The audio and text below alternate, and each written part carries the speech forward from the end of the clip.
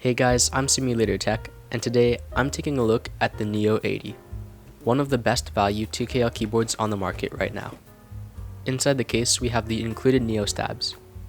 Here we have a packet with plate and PE foam, as well as our PCB. Mine is the non-flex cut wired Hotswap version. It features south-facing sockets, tabs for gaskets, and VIA and QMK compatibility. Similar to the Neo80, this PCB has a magnetic connector on the back which eliminates the need for a cable to connect it to the daughter board. This makes installation super easy and beginner friendly, and I find that it doesn't affect the feel or sound at all. Next up we have an aluminum and carbon fiber plate. qwertykeys offers a lot of different plate options, and these are the two I requested. In this box we have our basic USB cable and keycap and switch puller. Here we have our two different gaskets.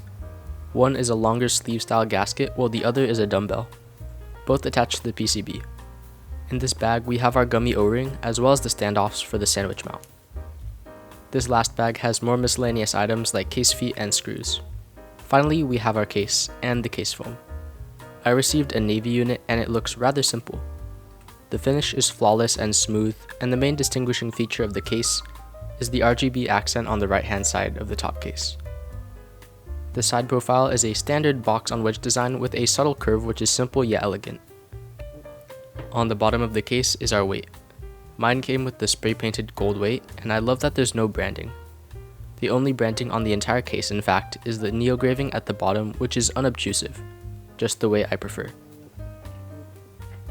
The entire building process of this keyboard is made even simpler with the way the top and bottom cases attach. The keyboard utilizes a ball catch system that again makes this keyboard super beginner friendly and easy to take apart and put back together. Alright, let's get into the build. I will be trying out the various mounting systems, but in this build sequence I'm using the sleeve gaskets. I lube the stabs with dielectric grease on the wires and 205G0 on the housings. On goes the plate foam as well as the carbon fiber plate.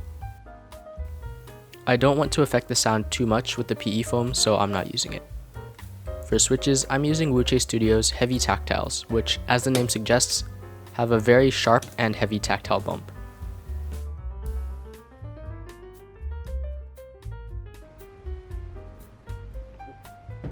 In goes the case foam, the assembly, and the top case simply clips in.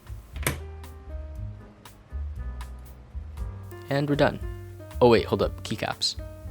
For this build, I'm using Cherry Stone from NovelKeys, which I picked up for only 15 bucks when it was on sale. The keyboard looks fantastic, but now let's see how it sounds with a few of the mounting methods.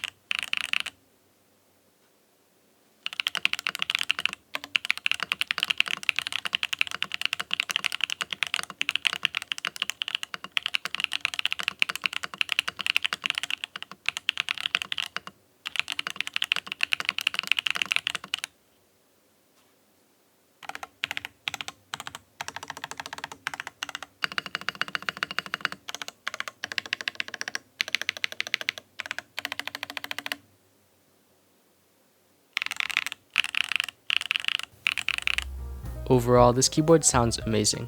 The combination of the heavy tactiles on carbon fiber provides a nice sharp clack that I find quite satisfying. The difference between the mounting systems wasn't super noticeable to me, but that could be because of my switch, plate, and foam choices. What I noticed is the gasket mount sounded the clackiest, the O-ring mount sounded similar and maybe a smidge deeper, and the sandwich mount reminded me almost of a top mount, kind of like dry sounding and stiff feeling. You're definitely not getting a super flexible board with the Neo80, but you can improve the typing feel by avoiding foams, using a soft plate, and either using the gasket or O-ring mounts. So should you buy this board? This is one of the somewhat rare cases that I would tell you to just buy it. The sound, feel, and materials you get for the price are just insane, and if I hadn't been sent one for free, I would probably buy one myself. It starts at a mere $110, though that's without a plate and using a soldered PCB, which I'd assume most newer and even some more experienced enthusiasts would rather avoid. With a Hotswap PCB and plate, the lowest price is still $135, which is amazing value. Anyway, that's all I have for you guys today. Thank you for watching, and thank you qwertykeys for sending out the board. See you guys later. Bye!